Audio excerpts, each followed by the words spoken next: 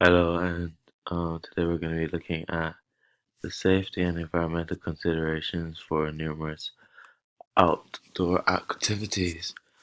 Um, so in this assignment, I'll be looking at four different activities, doing risk assessments for each one, and then talking about emergency procedures, the equipment used, and some environmental factors as well. So to start off with, bouldering, this activity is quite similar to something of like rock climbing, where there's a lot of um, skill involved, where you need to be able to have flexibility, be able to plan your routes, and you have to basically follow a color-coded route as best as you can to get to the top of your course. And this tends to only go to between 20 to 25 feet high, which isn't horrible, but there are, of course, with any type of climbing, there will be a lot of hazards involved, and it's not as simple as climbing as there's no harness. So, one of the hazards that may occur would be falling off a boulder, which could cause injuries to people below and to the person who fell, and that could affect anyone. So of course, some controls in place would be um, a no standing zone if someone's climbing above you, and also, of course, having crash mats or safety mats to break someone's fall, as this can happen if they lose their grip. The risk rating is quite likely that you would fall off boulder, but and you may possibly hit someone if there's no clear instruction not to stand below a climber. And this it can be kind of severe. It could cause possibly an injury to either of those people. So that got a risk rating of 6. Um, Also, you should probably make sure that participants are off the mats by telling them they aren't allowed to be in that area so that they don't do that again.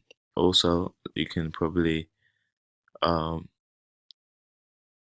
can possibly fall again by loose boulders or loose grips in the wall, um, and this can cause you to slip and maybe fall onto the mats, and that could hurt the climber. So then, what should be done is probably the grip should be tightened regularly, um, and because they can maybe become undone after a while. And what you could do is probably set a roster for people to check grips each day or every week to make sure it gets done.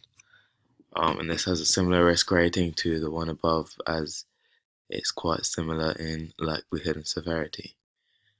Overcrowded boulders can also cause collisions. If there's too many people on one course, they will possibly hit into each other. Or if someone's climbing and you go climbing on the same course and they're above you, they could fall and hit you also. Um, but this is quite a common sense thing, so the risk rating is a bit lower. And everyone can be affected by this. So what you can do is ensure that no one is doing the same course as someone else to avoid collisions. And also verbally warn the participant, as this could be a hazard. Also pulling a muscle because of awkward positioning. If warm-ups aren't done correctly, then the participant can possibly pull a muscle if they're reaching for a really high boulder with their feet, for example, could possibly damage their hamstrings, or that hurt their back or something like that. That's why it should be good to warm up the participants so that they're a bit more limber and their muscles are more pliable. Um, and the likelihood of this happening will probably be a 2, and the severity only a 2. Um, and whilst you warm up, just explain to them why you're doing it, so, so you don't overdo yourself. Also, you can possibly hit head or other body parts on the boulders, um, and that could just be solved by reminding participants just to stay aware of their surroundings, and you can also just help or guide them if they're having trouble. If you see them possibly hitting their head or come with the chance of hitting their head, just warn them verbally, um, especially if it's their first time. Now, the equipment needed for this would be um, you'd need suitable clothing, of course, because this is very important when it comes to climbing. You don't want to have to rip your clothes. You'd also need bouldering shoes, just for extra grip, just to help you out, and some chalk so that you can use your hands to be a bit more grippy. This is more needed for competition stuff. And if someone were to get injured, you'd always make sure that there's a first aid kit nearby. Also, you can carry out Dr. ABC and call for help if needed if there's a broken bone or someone's in clear danger or pain. Environmentally, tends to be done inside, but in some cases it is done outside.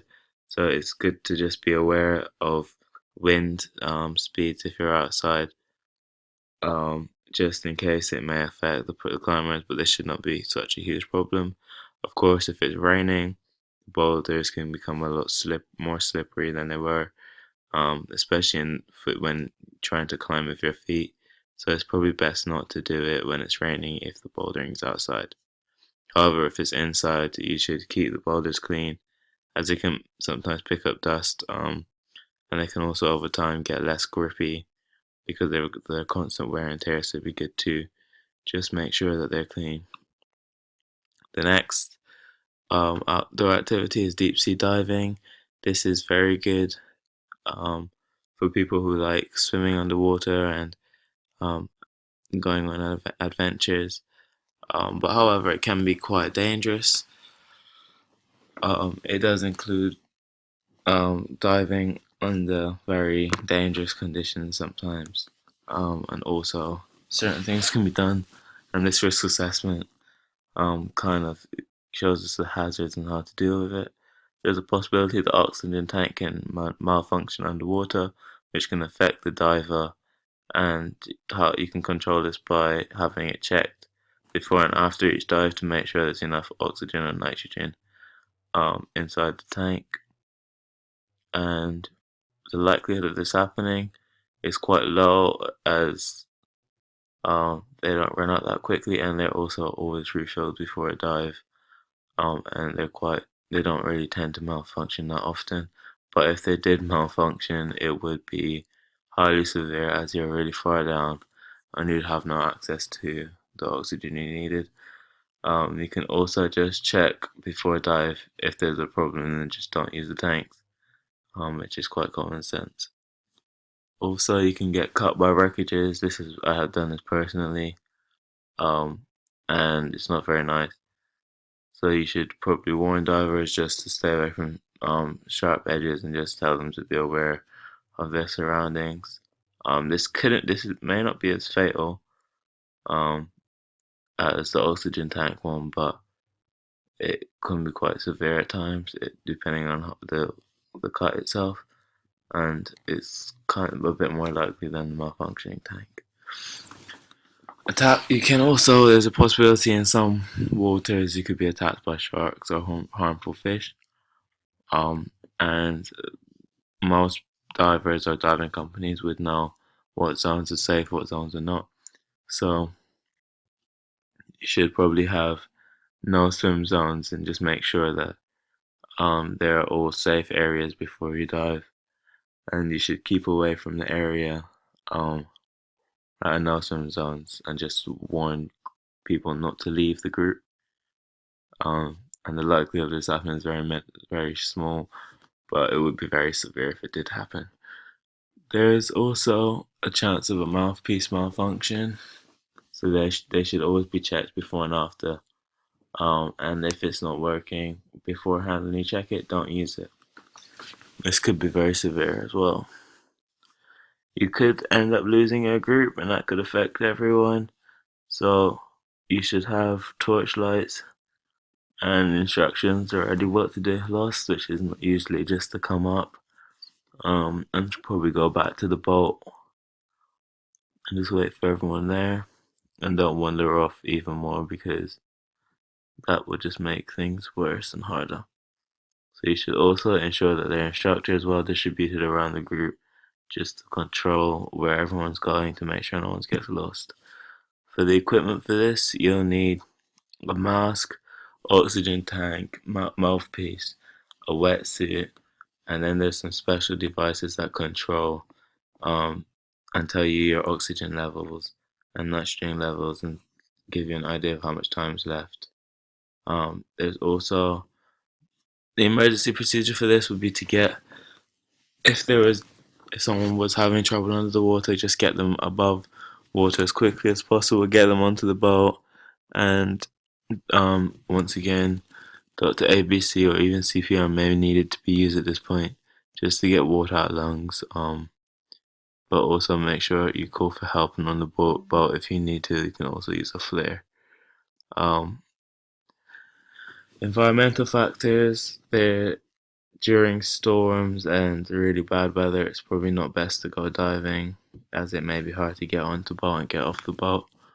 Um, and just being aware of what zones are safe and what zones are not so safe, probably would affect how well your trip goes.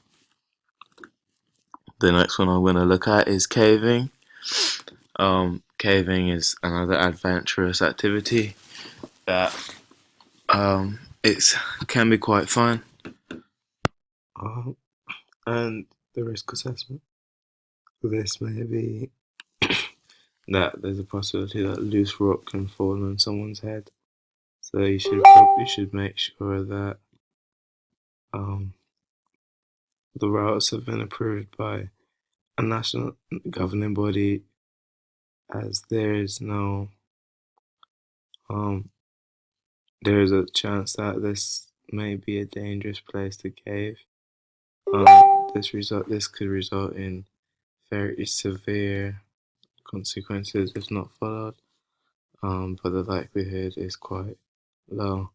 So that there should always be beforehand. There should always be checked caves to make sure that there aren't any warnings or any chances of loose rocks falling.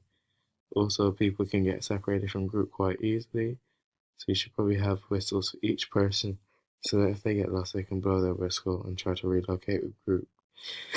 And you should probably tell them that they should stick together and use the whistle if needed. Slipping when climbing into tunnels as well can probably be quite dangerous, and it could affect other people as well, as if there's someone underneath you and you slip, you could possibly hit them as well. So you should probably know where the slip zones are so that you can verbally warn the group. There's also a possibility of a flashlight malfunction, which can cause you not to see in some dark areas, and that can cause you to lose the group. And they should always be checked before and after to make sure that they are working, and make sure that there's an extra flashlight somewhere in the group.